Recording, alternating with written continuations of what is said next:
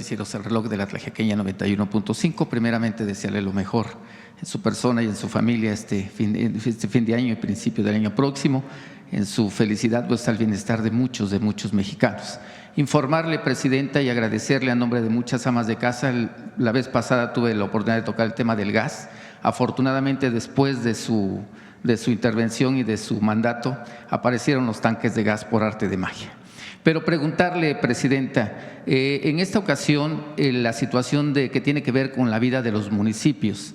El tema que me interesa periodísticamente hablando es la situación de la gobernabilidad, que muchas veces tiene que ver con nepotismo también, con corrupción y falta de transparencia. Me estoy refiriendo a la forma de elección de los que gobiernan los municipios, sino en todos, en la mayor parte del país, que se eligen por planillas. Hasta los jueces ahorita afortunadamente se van a elegir por voto libre, secreto y directo de los ciudadanos. ¿Considera usted que ya es tiempo también de democratizar la forma de elección de los ayuntamientos en los diferentes estados de la República Mexicana? Considerando que son planillas, de repente votamos por el presidente, pero ahí en el paquete va el síndico, va el regidor de Hacienda, que muchas veces no los conocen los electores. Es mi primera pregunta, Presidenta.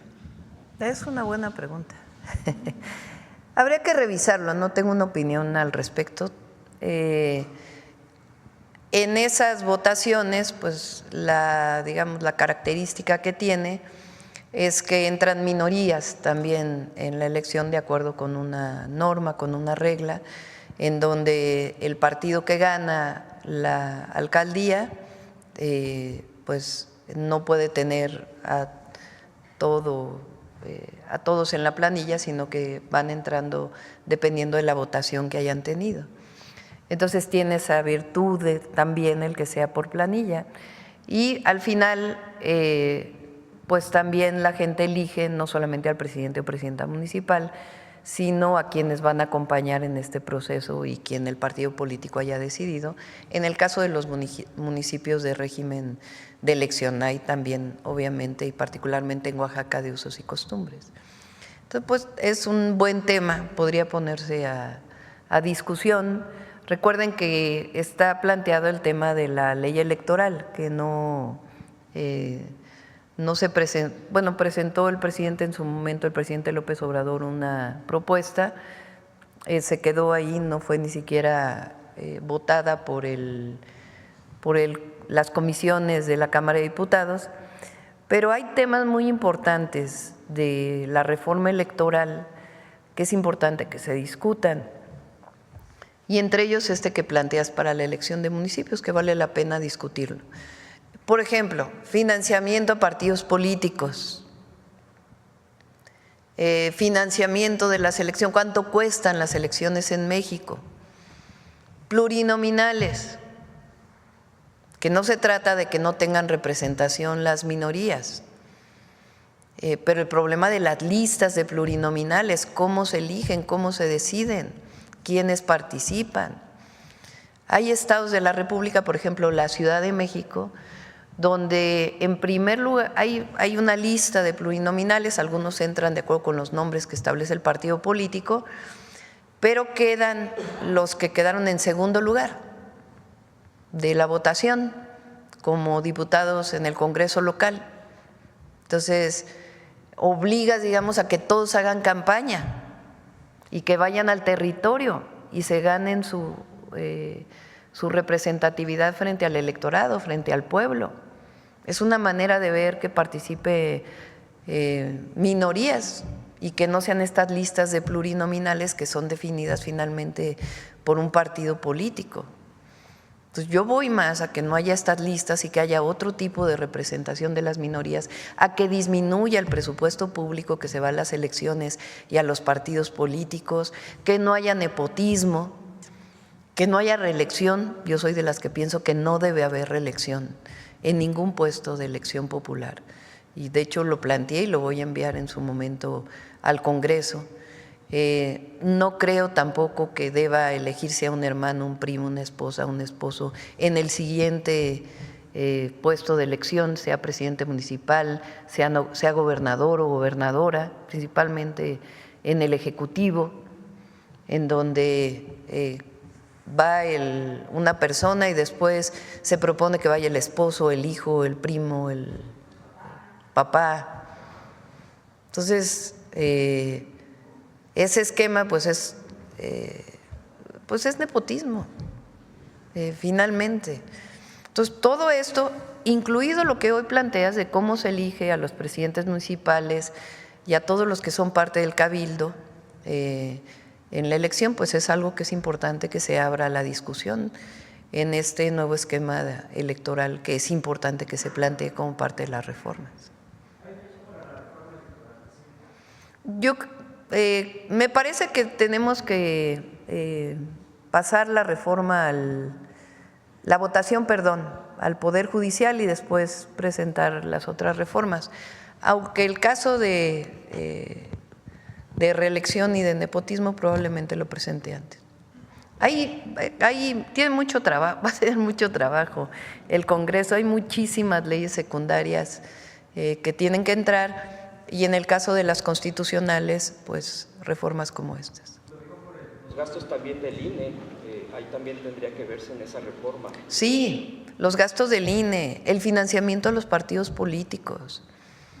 En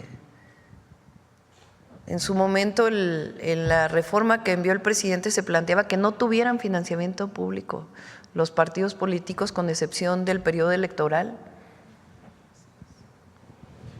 Y entonces que sea voluntario el participar en un partido político. La verdad es que es una buena propuesta. Entonces, todo ello hay que presentarlo y que se abra una discusión en el país.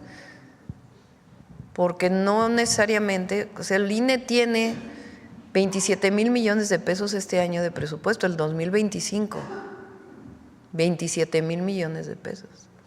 Entonces la pregunta es, y es año en donde se utilizarán 7,000 millones para la elección.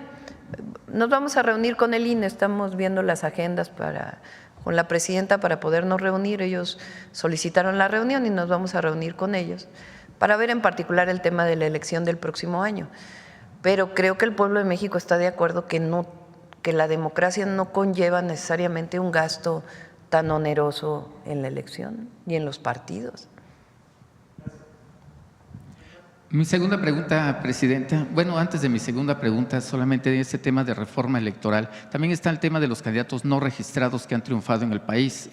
Me tocó hacer una investigación sobre temas en Sonora, en Puebla y en Oaxaca, donde ganaron candidatos no registrados. En ninguno de ellos se reconoció el triunfo de estos candidatos. Pero bueno, mi siguiente pregunta, Presidenta, el tema de las carreteras en Oaxaca. Preguntarle si se inaugura la supercarretera al Istmo de Tehuantepec el 25 de enero, como lo tenía programado, y hace falta la rehabilitación de prácticamente todas las carreteras federales, particularmente Tustepec-Matías Romero, y esta carretera que yo le he reiterado, la carretera federal 125, que parte desde la supercarretera, desde la autopista Puebla, pasando por Tejupam, Coislahuaca, ciudades históricas, coloniales, y que llega a la Mixteca, donde vivimos 9 grupos indígenas, donde hay producción agroalimentaria, agroindustrial, y que puede llegar hasta el Pacífico mexicano. Este tema de carreteras, Presidenta. Sí, vamos a destinar recursos para el mejoramiento de las carreteras, no solo para nuevas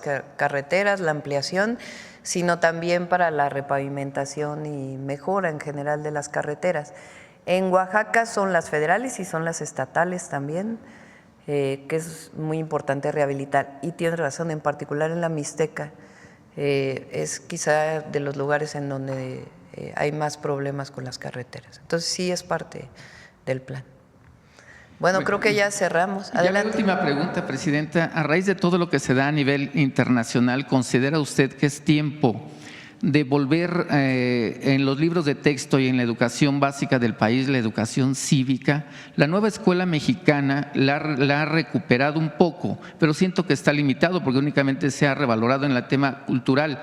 Pero ahorita con todo lo que ha sucedido en el contexto internacional, que ya no quisiera yo volverlo a mencionar, ¿no considera usted que es necesario el Servicio Militar Nacional volverlo a reactivar y sobre todo la situación cívica en México. Yo recuerdo de niño que llegaron los símbolos patrios a mi pueblo y fue un encanto. Otra vez ese amor a los símbolos patrios, ¿no que lo considera usted necesario?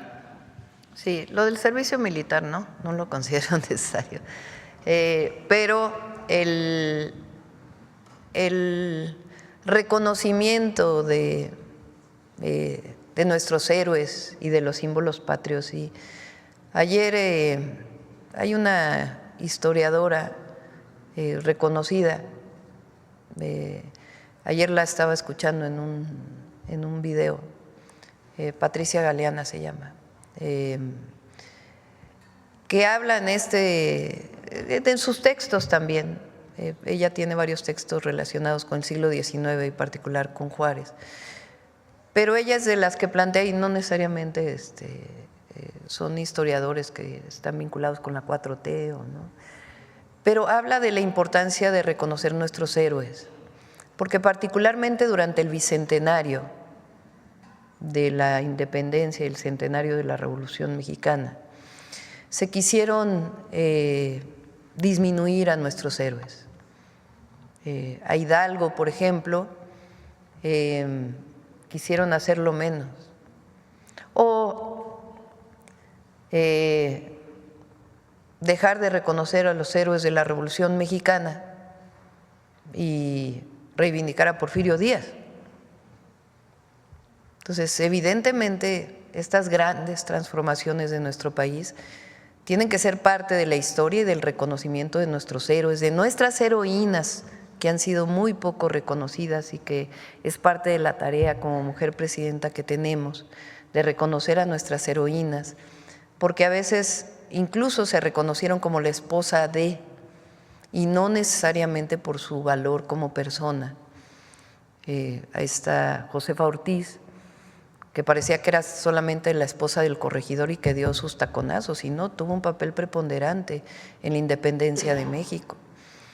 Entonces, tenemos una tarea histórica, en efecto, del reconocimiento de nuestros héroes, de nuestras heroínas, que como pocos países en el mundo los tenemos.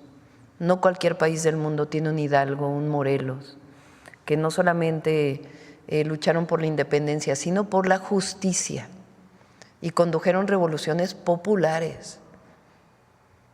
Y eso no se encuentra en muchos países de América Latina y del mundo. ¿Qué país tiene un Juárez? Y todos los liberales mexicanos. ¿Qué país tiene un Zapata, un Villa, a unos Flores Magón? Muy pocos. ¿Qué países tiene una Elvia Carrillo Puerto? Una Rita Cetina. Entonces, es tarea nuestra y de la Cuarta Transformación, en efecto, el reconocimiento de nuestros héroes, de nuestras heroínas, de la lucha del pueblo de México por la independencia, por la justicia, y también héroes del siglo XX, de la segunda mitad del siglo XX, que hoy están siendo reivindicados también, luchadores sociales que fueron reprimidos. Entonces, sí es una tarea histórica de la Cuarta Transformación y del humanismo mexicano, el rescate de nuestra memoria histórica.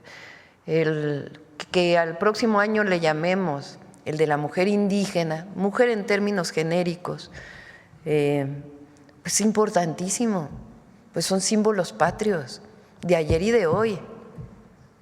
Las mujeres indígenas que su voz se ha escuchado muy poco en nuestro país y que lo que queremos es darle voz a las mujeres de antes y a las mujeres de ahora. Y eso nos ayuda a eliminar la discriminación, el racismo, el clasismo y cualquier forma de discriminación en nuestro país. Nosotros somos iguales, todos y todas los mexicanos, por la Constitución y por la ley. Eso es lo que queremos que se reconozca ahora en el Poder Judicial. Entonces sí es importante. El servicio militar sí, ahí sí no. Vamos a… Sí, les doy la fecha exacta. Hubo ahí algunos problemas, en particular con se llama túnel falso, que lo fuimos a visitar ahora, porque hubo varios desgajamientos del cerro por el tipo de material que hay en esa zona. Entonces se llevó un poco más de tiempo. Queríamos inaugurarla en diciembre, ya no se pudo, pero ya está muy cerca de terminarse y vamos a dedicarle esfuerzo importante a la modernización y repavimentación de carreteras, en particular en Oaxaca y en la Mixteca. Bueno, cerramos ya. Feliz año a todos y a todas. No sé si hubo humanismo mexicano hoy. ¿Video?